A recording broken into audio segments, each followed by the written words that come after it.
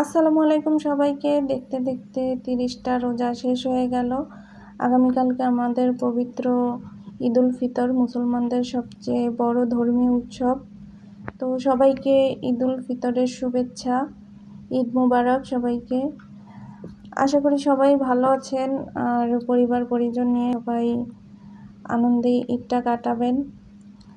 এবার আমাদের ঈদে বাড়ি যাওয়া হচ্ছে না, অনেক বছর পরে আমরা বাড়ি থেকে দূরে ঈদটা করছি।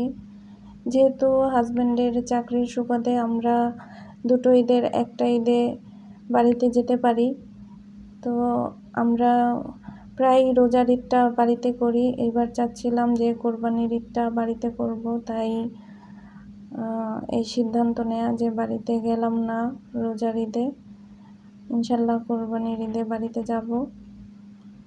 আর আপনারা আমাদেরকে দেখেছেন যে আমরা বিভিন্ন শপিং মলে এবার ঘোরাঘুরি করেছি, আর মোটামুটি কেনাকাটাও হয়েছে আমাদের। তাও কেমন যেন ঈদের আনন্দটা মনে হচ্ছে না, কারণ পরিবার পরিজন ছেড়ে এত দূরে কারোরই ঈদ করতে ভালো লাগবে না আমার মনে হয়, কিন্তু কিছু করার নেই, এভাবেই থাকতে হবে। আর সবাই আমাদের জন্য দোয়া করবেন যেন আমরা ভালোভাবে ঈদটা কাটাতে পারি, আর আমাদের পরিবার পরিজন যেন সুস্থ থাকে। আর বিশেষ করে আমার শ্বশুর একটু অসুস্থ, সে কালকে থেকেই অসুস্থ।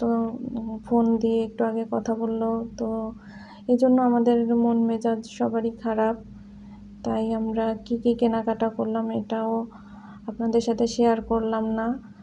আপনারা সবাই আমার শ্বশুরের জন্য দোয়া করবেন, সে যেন সুস্থ থাকে, তাড়াতাড়ি সুস্থ হয়ে যায়, আর আমরা যেন আগামী ঈদটা তাদের সাথে বাড়িতে গিয়ে কোরবানিতে ভালোভাবে আনন্দ করতে পারি।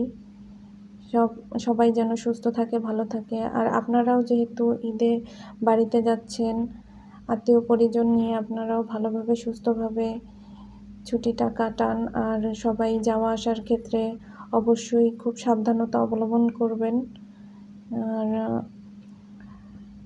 আমাদের জন্য দোয়া করবেন। যেহেতু আগামীকাল ঈদ, রান্নাবান্না তো করতেই হবে, কিন্তু এখন পর্যন্ত আমার প্ল্যান হয়নি যে কালকে কি রান্না হবে। হাজব্যান্ড কালকে দুপুরে তার অফিসেই খেতে হবে, একা মানুষ, তাই কী করব বুঝতে পারতেছি না। অবশ্য সকালবেলা সেমাই করব, সাথে নুডলসও হবে, আর পায়েস করে ফেলেছি অলরেডি। তারপরে হালিম করব। যেহেতু আমার স্টুডেন্টরা আছে, ওদেরকে বললাম আসতে, ওরাও আসতে পারে, সেই জন্যই আমার কিছু তো রান্নাবান্না করতে হবে। তা অবশ্যই আমি চেষ্টা করব আপনাদের সাথে শেয়ার করার। আর দোয়া করবেন আমাদের সবার জন্য, যেহেতু পরিবার পরিজন ছেড়ে এবার আমরা দূরে আছি, আমরা যেন ঈদটা ভালোভাবে কাটাতে পারি।